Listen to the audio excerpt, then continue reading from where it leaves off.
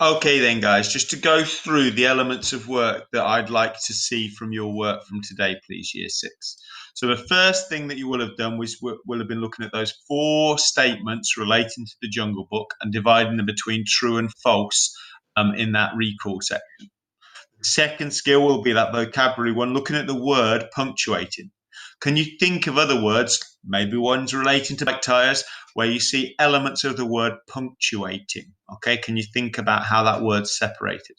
Can you show me an image of it? Can you think of words which are similar, whether they mean in terms of grammar or in terms of other aspects of our life where we might break things down into sections, and then things which are opposite? Can you use the word punctuating in a sentence?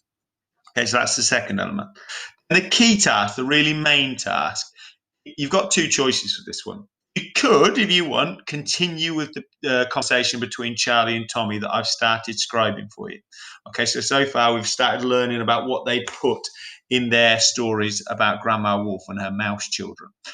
If you prefer, though, you could pick a different section, still of Private Peaceful, please. And with that section of Private Peaceful, I'd like you to invent the dialogue that would have happened between two or more characters. It might be between Molly and Charlie. It might be between Charlie and Tommy. It might be between Big Joe and his mother. Could it be between Big Joe and the Colonel? Could you think about all the characters?